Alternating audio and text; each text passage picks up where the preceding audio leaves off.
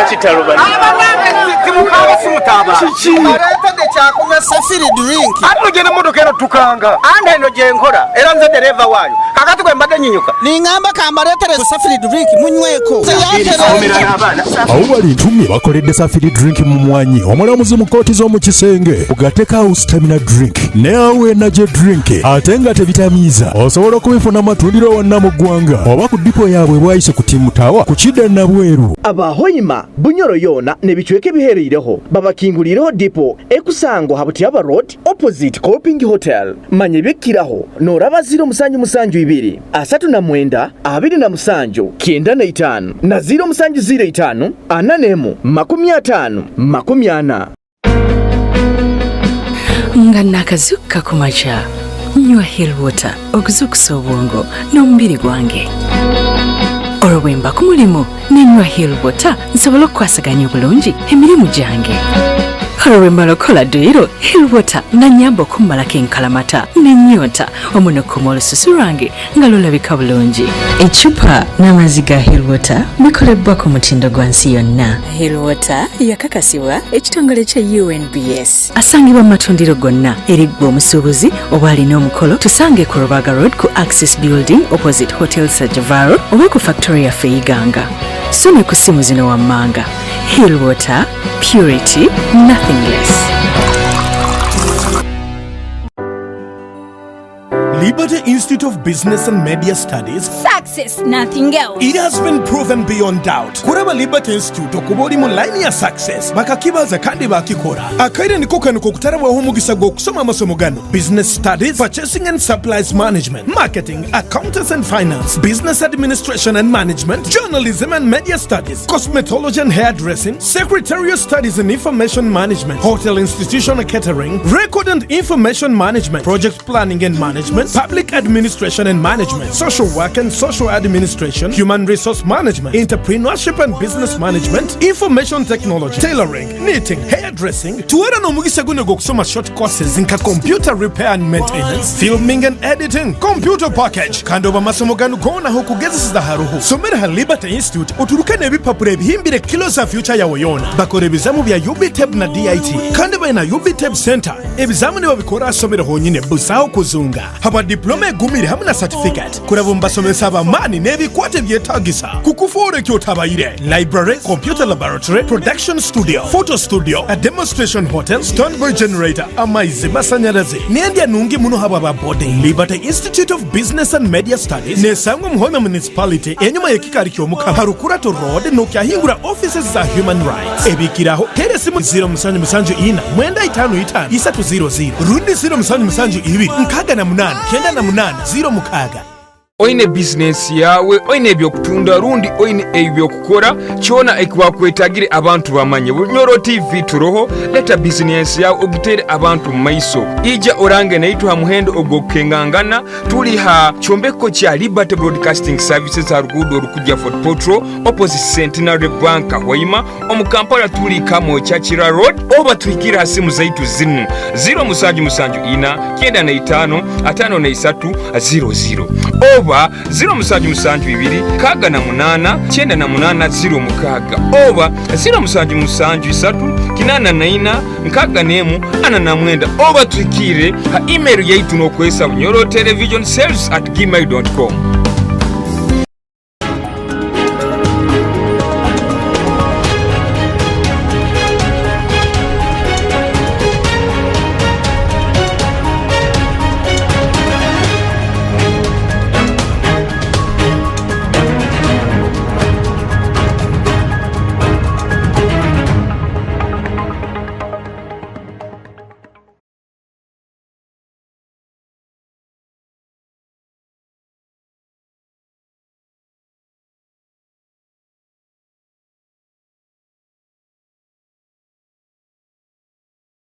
Tukutangira omurundo gwa kandi omukichweka kyaitu kye murundo gwa kabiri kandi tukyalo makuru gaito ago agagumizibwa akaikano tutandikiye omukwato rukuru oruyihanga rundi tukiyete parliament omuhikirwa wa government omukiara Robina Nabanja hagati eyokwetombo etokwamani asobere kubona garukamu minister akujunanisibwa nebigwa bitaragire omurundo gwa kandi na junanisibwa n'ensonga z'abasohoki wakitinisa Hilary Onek anyakuhandikira kihandiko kandi nakisindikira omubembezi w'ihanga w'Ekitinisa Yoweri Kaguta Museveni natinisiriza okulekulira asinga omukyala Robinah Nabbanja atalekeraho okweragiza okumutahira omumirimo ye. Ekihandiko kino kigenzero maiso nokusasana hamitimbagaine ekwawukana baito mu kigarukamu omukyala Robinah Nabbanja agambye nti ngu Hillary Onek akudupa kandi waraba atakwoleka obujunaanyizibwa obwalina kuba nateeka omunkora bonka abantu aba NRM mfwafwe tibakwija kuba nibabiima amaizi bisirire. Okutandika n'ekiro kyaijo obwire obwarwebagyo ekihandike kinyakuteirwaho omukono Minisita Hillary Onek anyakuli Minisita ow'ebigwa bitaragire omurundi ogundi najunaanyizibwa n'ensonga ez'abasohooki kibaire kitandikira okusasana hamitimbagaine ekwawukana obo Minisita Hillary Onek nayolekya okwetomboito kw'amaani hali omuhikiri wa gavumenti omukyala Robinah Nabbanja okuba namutahiira mu mirimo ye egyo eyalina okukora. Omukihandiko kino ekyasoboire kuba nahandika yaheerezaho na kopi omwebembezi w'ihanga w'Ekitinisa Yoweri Kaguta Museveni Minisita Hillary Onek atinisirize okulekulira singa Prime Minister Robinah Nabbanja atalekeraho okwikara namutahiira omu mirimo ye ekintu kyakugamba akikora mbutahikire. Nabaza n'abanyamakuru hansonga eno Prime Minister Robinah Nabbanja agamba ebyo byona ebya Minister Hillary Onek akwekwasa kuwasabira byakwonka baitu wenka Prime Minister takwija kuikara na haroho ebitakuli batakurungi kandi baina okuta omunkora manifesto ya NRM government enyakuli omubwebembezi oteiro n'okwikiyaho abantu obuheereza ekintu ekibakwebembeza nk'omuramwa sibonna kubanga nkoze n'abantu bangi Minister Education mbadde nayo juzi nabadde ne Minister ya Works nga tugezaako okulaba abantu baffe bafunamu batya mu government eno tulina obudde butono tulina okuimplementinga manifesto tewali akuna kulala so nze kyeŋŋamba nti mukulu wange Hillary Onek muwe ekitiibwa simunyomangako bwajja mu ofisi yange muwe obudde. Ministry ya Health tukolaganye ffenna tukoze ebintu bingi. Ministry ya Internal Affairs, Ministry ya Gender juzi bwe tubadde tugaba mukategeddekanye tukoze bulungi. Nabbanja akugamba Minisita Hillary Onek tamwinaho mutali baine gwona batusinga atalekeraho okutafwayo okuyikiriza obujundaanizibwa bwe omubwire nawe takwija kuba nateekaho agakufuka kandi narora nti ekintu akusobola kuba nakikwatamu. And I think omulimo gwange nga Prime Minister nze saaba Minister bwesanga nga waliwo ekigaanyi nyingirawo era yensonga lwaki bampa obuvunaanyizibwa bwe. Oyagala ogambe nti abantu babbe ssente nga ndi saaba Minisita ng'otudde neme kuyingirawo. Bannayuganda bannange enkola ekyuse okuggyako nja kusaba baminisita bannange nkitutambulire wamu. Enkola yakyuka nga bw'ogambye mukama wange nimwamulaba ku TV ng'agamba musanyufu nange ndi musanyufu. Amantingo enjojo ibiri halizirwanira obunyansi nibwo obubonaabona aho tukuba tulugireho abakulasa omukwato lukuru lw'ihanga kandi abanyakuli abutebe obukwakwana alata busiri obukujunaanyizibwa n'ebyobugaiga ebyo mu itaka oteireho n'obwo obukujunaanyizibwa n'ebyobuhango hamwe n'ebyo byakutwetoroiro kiro kino basoboire kuba nibaikara nibazookeraho omaiso agakatebe akakujunaanyizibwa n'ensonga ezo okwongera okwekinyitiriza hakiragire kikwenda kubanikira bibwaho kandi nikikwatagana ha pipe rundi hamidimo egyo ekuba netuwara amagita kandi bongera kwekinyitiriza nti ekiragiro kino singa kiba kirabibweho omuntu owabulikiro akugoboramu ata arundi akulekebwa aheru. Omukulasi Nyakato Asinansi owa Hoima orubuga rukoti rwa magita ensonga eno nawo ayina mulingo agenzero maiso na okitunuramu. Omusaki wetu wa makuru abaireyo omukwato lukuru ihanga ayina ebyo ebikusinga. Bebembeirwemu Mukundo Julius anyakuli Executive Director owa Civil Society Budget Advocacy Group bazokeiroho omaiso agakatebe kano aka Parliamentary Committee habikwategaine n'ebyobuhangwa ahamwe n'ebyobugaiga ebyo mu itaka okwongera okwekimitiriza n'okwaya ebitekerezo byabo hakiragire kikwenda kubanikira bibwaho ekyatuumirwe East African Crude Oil Pipeline Bill habo mwaka gwa 2021. Julius Mukundo hano hayolekeize okweralikira okwamani singa ekiragiro kinu kirabibwaho kikuba nikyongera okuhesa obulyo habikwataganye n'okwehanika okw'emisoro namuno habikwataganye n'ensonga ez'amagita. Hariho ebintu ebirimu ebishanka ebitukomisa ekyokubanza emishoro yona kampani nteeka kushashura emishoro yona. Ekyakabiri nosha erimu ebigambo ebirikwereka ngu ekintu kyahwire so na paramenti y'ihanga tegeeza kukikwataho. Nze ekyakashatu nanye nagambira paramenti ngu kwera ashare ekarabye ekitiisa eki nkimanyisa ngu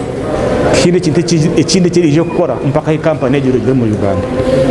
Nabaliza omukakuratu nikakamu omukurasi Nyakato Asinasi Kamanda habwa Hoima Oil City ayolekere okukwatibwaho kwe habwe biragire byabandizo kwecumitirizibwaho okuruga kara na kara omuntu owabulikiro kuba niwe nagobora mutubyete ebya local content nagamba nti akayire kanu tibikiyakora kandi abantu bakurugira mwaho nka opena ebitekerezo bye balesere birungi muno kyonka nkabiru nkaitu nkaba members ba committee eno tukwentuwe mu rugunyamu kwisanga nti ensonga ya environmental protection etabe captured mu iteeka lino. Ensonga ya local content eri captured baitu obukwakuliza oburoho bwingi muno bwingi muno bukoto okwisanga nti bukumigira kimumu na Uganda kutasobora competing omu sector ya oil and gas. Nimukimanya kurungi nti tuina amateeka gange muno gali mu oil and gas nka Act ya 2013, Act ya 2017, haliyo acts nyingi muno, policy ya 208, zona zironi zibaza local content. Kubaza gamba 70% inagenda halaba na Uganda. Kyonko muitekere lirimu okorera kimu eriroho rede okorera kimuntu obukwakulizo technicalities bureaucracy quality quantity obubateireho umuntu Uganda kusa competing. Enyuma haho habayiruha makuraganya kuturukibwe nigaragira nti abantu abamukurugo mu Nyamasaza eyabulisa bakasobora kuba nibahebwa obusuru bwabo na muno nkaba bakwasirwa bakaba nibarabyaho omudimo ogwamagita baitu binu byono mukurasi atugonza alani abihakanize akwaha tubaire nebizibu nebintu byitaka na hata tukubaliza alima abantu bataka compensating bwaga minister gaba blanket statement nkege wahadukiremu abokuba halima abantu eiteka likubagamba myezi 3 baikize myezi 6 tibakasasurwaga so tigali mazima no pipeline ekuraba mu ngwedo hona hali amagita gali tuine kizibwekyo abantu bona kuterera honorable compensation zaitu bachuleire ha red cent ito zoba gambe katuchulere bait hati kuba compensating nakyo kifokere kizibu kyamani kibaire kintu kyo kitwina ku address nga government kyana kutunura mu kudupira kim ha ground abantu bakatungire sente zabo kandi nkaitu ngabale mtugeza okwabuza haina kusasura abantu nani wagamba ministry teka sainingire bokyora kuno ba consultant nabo basobeirwe bogena mutotalu ngunaitwe bali tubakutuhereza kisonurura aruhe kizibu titumanyiro haina kusasura abantu kuba hatinka ministry bwire bunu yerugeyo bantu bali kubi mazima sente zabo tubakazitungira barani babadupa ngo bakatunga sente bachekinge bitabe ebyo aruhe kizibu. We omukurasi Nyakato Asinansi ayolekere ekiragiro kino singa kiba kirabibweho tibakwetaga kisobole kuba nikitunura omuntu omuwenko kurugo mu itwale erya Bunyoro baitu kisobole kuba nikigendo maiso no kukonyera buli muna Uganda wena abantu abo itekali nokulanirwa protectinga muno onoranto muna Uganda kandi bamulekero mu mwanya kuba kujja noranti they are not going to pay any tax tibagenda kwanda sasura musoro gona kintu kiyona import duties export duties bali added tax busawo kintu kiyone kiba government bagwevingire off 0 to 0 tax na to 0 totally so noranti how unique is ECOP company compared in a company zindi zone zikolera mu ihanga to an extent that tibakusobora girekaho esesole emisoro emunemu oja kwesanga emisoro niye genda kubane ba compensated hamuna Uganda kusasura bakulemese kora competing for a contract. We omukurasi omukazi Nandawula Christine Bukenya habwe Nyamasaza eya Kyankwanzi ayolekere ebimuhalebyo ebakwetaga nka abakurasi ekiragiro maisino kurabibwaho tuteekewo embeera egamba nti buli ekinaabaawo mu kutunda amafuta gaffe wabeerewo ensawo eterekebwamu ssente bannayuganda basobole okufunako ensawo ate tugirondoole mubimanye ebintu byaffe tuyinza okuteekawo ensawo ne tugenda ogitunulamu nga temukyali ssente ekyo twagala twongere ogirondoola tulabe nga ssente we tuba tuzitaddewo ensawo we tugenda ozikuumira ate zibaawo obudde tunazaagala bannayuganda ozikozesa nabyo ikkiriza tusobole kuba ntubiteeka halubajjo gavumenti esobole kuba neyongera okulambika kurungi muno ekiragiro okulora nti abakwijja mu ihanga n'abo abakuturuka okulaba kisaya kyennyini ekya Entebbe baba begemuseze kinzi kayita ekyo ekya COVID-19 ekiragiro kino kasobola kuba nikiteekebwa mu mubembezi w'ihanga w'ekitiinisa Yoweri Kaguta Museveni n'akolesa obulyo nka omubembezi w'ihanga kandi alito okubaliza ebitongole ebikujunaanyizibwa byongeye okuyiteekirana okulaba nti bayongere okutema empenda ekiragiro kino mulingo kikugenda okuteekebwa omunkola ikkiriza tusobole kuba ntukuhikyawo ebyo ebikusingaho okuluga omu kichweka ekyo gavumenti ey'okukebera abantu abakutaaha hamu nabo abakuturuka eihanga akisaayi kyenyonyi Entebbe omuli basi kwobe omulambuzi okutaaha eihanga rundi omunayuganda okuturuka eihanga kikurumisiriza okubanza okwekebeza ekinzi kayita ekya COVID-19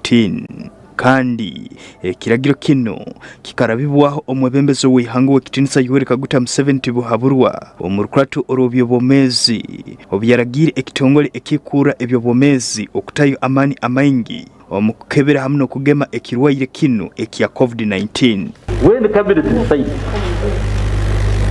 that you take this direction within your airport, like it's decided on mandatory testing. Before actually there was also another testing for testing by category. The one that was happening at Pioneer Beach. But this time around, when the mandatory testing happened, Cabinet issued another directive. Yes, test, go and test, but test in the airport, not anywhere else.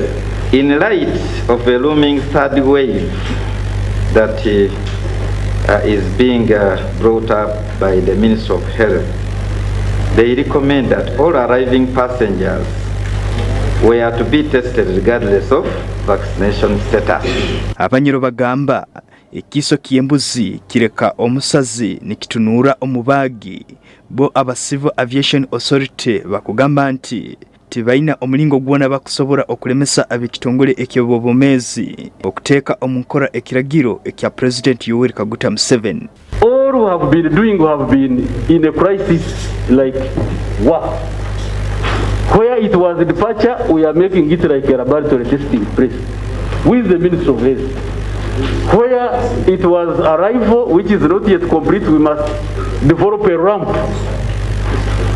and a canopy to reach there. Where there have been equipment, shelter, what we are using it for swapping, clearly showing that we are working under a level of emergency. The results turn around time of 2 hours plus has caused definitely an outcry from passengers. On the first day, if you all recall, when this was implemented, there were a number of teething challenges related to operationalization of the system. Hano nosobora n'okuteeranizaho emitali baine erukwaho kuruga omu bitongole ebyennyinyi harulengo olw'ensi yona egyo eyibazire nibayitirana. Now the move of the International Civil Aviation Organization, the move of the International Air Transport Association, the move for Airport Council International, where we are a member state, they are saying that for the industry to recover, the fully vaccinated should be eased to travel. Nobukira banti ebitongole ebikugwa omukiti kino bikatunga ebaruha nibabeeta okulaba nti bajja bayemigira omurukuratu runo okuba nibabasaha mbeera eno kyo ekitongole ekikuura ebyobwomeezi tikisindikire omuntu weena baitu kino kizira omukaire akakazigizigi hariho ebigambo ebinyakwizire nibibazibwaho hamitimbagaine enyamakuru ekwawukana nti obundi tomanya ekampuni ezahairwe obujunanizibwa obwokukebera nisobora kuba ziri ez'abantu abakoto okurugo ministry ekukura ebyo bwomezi ikiriza tumumule mukake atusobole kuba tugaruka n'agaga kuruga aheru eyihanga.